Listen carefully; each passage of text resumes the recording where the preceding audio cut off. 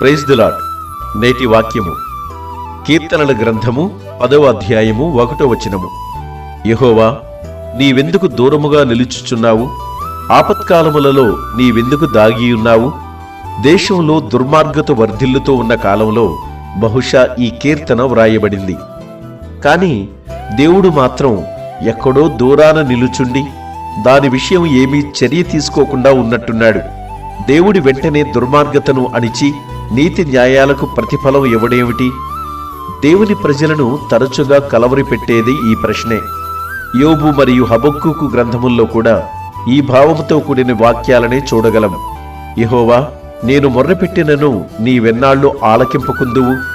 బలాత్కారము జరుగుతున్నదని నేను నీకు మొర్రపెట్టినను నీవు రక్షింపకయున్నావు. అయితే ఈ ప్రశ్నకు జవాబు కొంతమట్టుకు కీర్తనల గ్రంథము 103వ అధ్యాయం 8వ వచనములో మరియు 2 పేతురు 3వ అధ్యాయం 9వ వచనంలో కనిపిస్తుంది. దేవుడు దీర్ఘశాంతుడు. ఎవరునూ నశించాలని ఆయన కోరుకునే దేవుడు కాదు. అంతటను అందరూనూ మారుమనస్సు పొందాలని అందరి ఎడలా దీర్ఘశాంతము గలవాడై ఉన్నాడు. దేవుడు తక్షణమే దుర్మార్గులనందరినీ నాశనం చేస్తూ వెళితే దుర్మార్గుడైన సౌలు క్రీస్తు రాయబారి పౌలుగా మారేవాడు కాదు.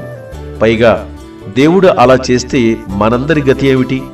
మనం క్రీస్తును స్వీకరించుక ముందు దుర్మార్గులమే కదా. అంతేకాక దేవుడు తన జ్ఞానం చొప్పున మనుష్యుల దుర్మార్గతను పూర్తిగా పెరగనిచ్చి అప్పుడు దాన్ని తుదముట్టిస్తాడు అని మనం గ్రహించాలి.